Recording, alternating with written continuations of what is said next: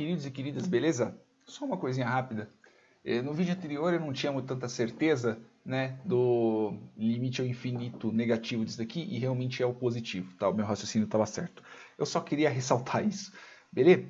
Então, uma coisa que a gente tem que entender também, aprender, é a questão dos limites infinitos ao infinito. Perdão, limites infinitos no infinito. Então, eu tenho um limite de x tendendo ao infinito de alguma determinada função que ele tende ao infinito. Por exemplo, essa função aqui, se eu estiver tratando do infinito positivo, ela dá uma assíntota vertical, dá uma assíntota horizontal. Então ela vai tender, eu acho que, nem lembro quanto que é, eu tendi a, deixa eu só ver aqui no vídeo anterior, só ver aqui, aqui ele tende a zero, isso. Ele é uma assíntota vertical, é horizontal, né? E ele tende a zero. Só que quando eu estou tratando do limite infinito negativo, ele tende a infinito. Neste caso, infinito positivo, né? E não é muito difícil a gente pensar, por exemplo, de funções que tendem ao infinito positivo ou ao infinito negativo, por exemplo. Né? Então, se eu fizer o limite de x tendendo ao infinito de x, ele é infinito positivo. E se eu fizer o limite de x tendendo a infinito negativo de x, é infinito negativo.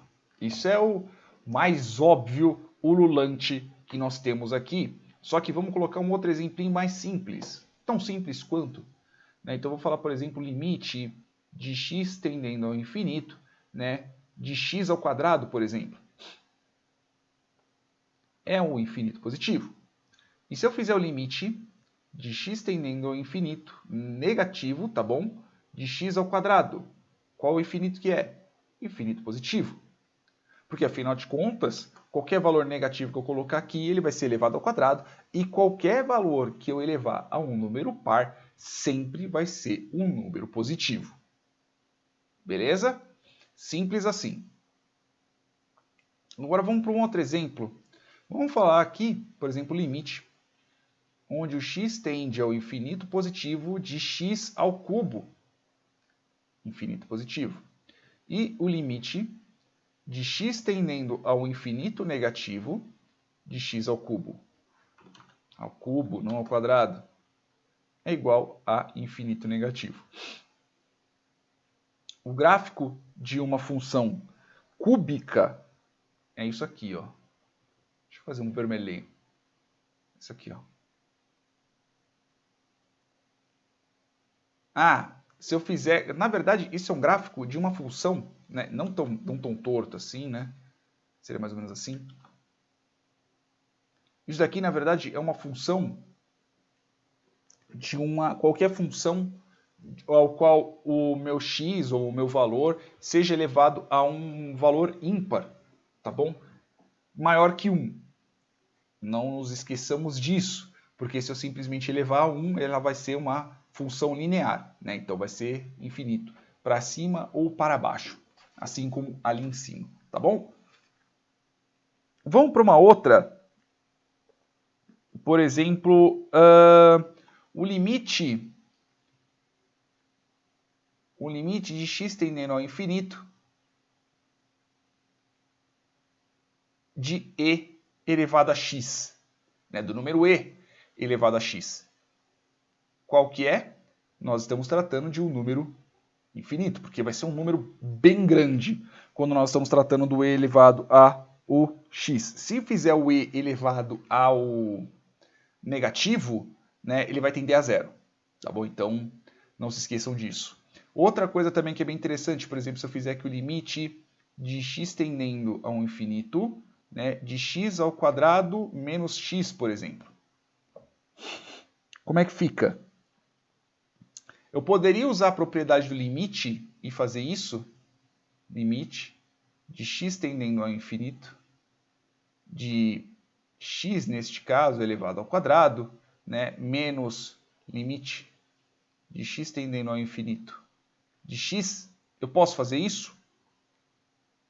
Não posso, pelo simples motivo que eu não posso aplicar a propriedade da substituição nessa situação, porque o meu limite está tendendo a um infinito. Seja positivo ou negativo. E infinito não é número. Infinito é uma representação. Né? Então eu não posso fazer isso, mas eu posso fazer isso daqui. Limite de x tendendo ao infinito. Já dá para saber que é um número positivo.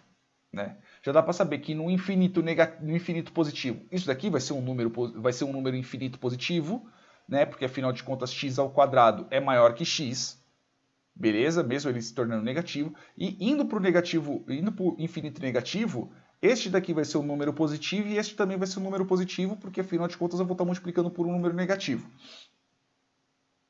Positivo ou negativo, sendo infinito positivo, sendo infinito negativo, ele vai ser infinito positivo em ambos os casos, tá? Mas se tratando disso aqui, eu posso fazer isso. Limite de x, x menos 1. Aplicando a distributiva, eu consigo fazer isso. Aí sim eu vou ter o meu infinito positivo, beleza? E aqui eu posso fazer um outro exemplo, inclusive, que está aqui, para a gente poder fechar, tá? Porque não é muito difícil essa parte, tá bom? Então, por exemplo, limite de x tendendo ao infinito positivo, tá bom? De x ao quadrado mais x sobre 3 menos x. Como é que nós fazemos isso aqui? Lembra da propriedade que nós dividimos o numerador e o denominador pelo maior denominador, pelo maior x, né? Pela maior potência de x do denominador? Neste caso, a maior é simplesmente x. Então eu vou ter aqui o limite de x tendendo ao infinito, tá bom? Aí eu vou ter aqui x ao quadrado mais x sobre 3 menos x sobre x. Eu expliquei no vídeo anterior as propriedades, né? Para podermos fazer esse cálculo. Então eu vou ter aqui limite de x tendendo ao infinito. Aí eu vou ter o quê? Eu vou ter x mais 1 sobre x sobre 3 menos 1 sobre x.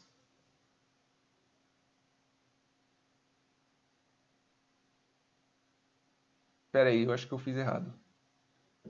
Espera aí que eu fiz errado. É x sobre x aqui.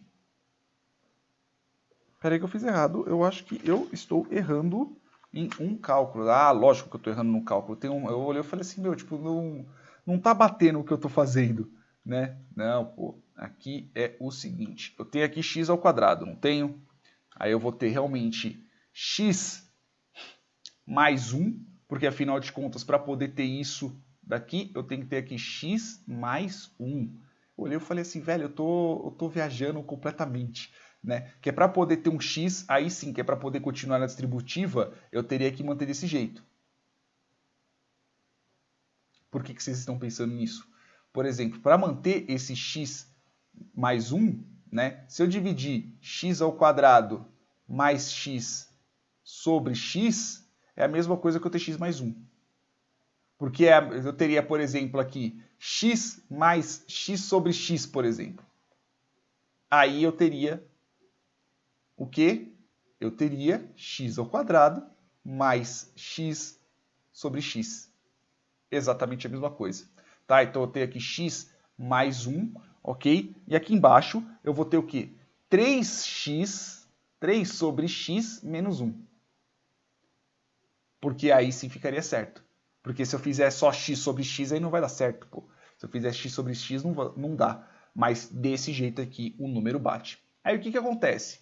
Partindo das propriedades dos limites, que eu vou ter o quê? No fim das contas, eu vou ter o quê? Eu vou ter o limite de x mais o limite. E neste caso, o limite tendendo ao infinito, né? X tendendo ao infinito de 1 sobre o limite de x tendendo ao infinito de 3 sobre x menos o limite de x tendendo ao infinito de 1.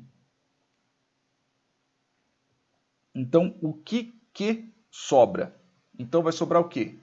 Vai sobrar o meu limite de x, então eu não posso simplesmente substituir o meu limite de x, porque afinal de contas eu tenho o meu... Eu não posso fazer a propriedade da substituição normal, né? Eu simplesmente não posso fazer isso. Então, no fim das contas, este daqui acaba continuando sendo um limite. Eu não, assim como nesse cálculo anterior, eu não posso simplesmente substituir o meu x, então aqui, essa propriedade aqui está meio que errada, o jeito que eu escrevi, tá? Então, eu tenho que fazer o quê? Eu tenho que continuar aqui com o limite de x tendendo ao infinito de x mais 1.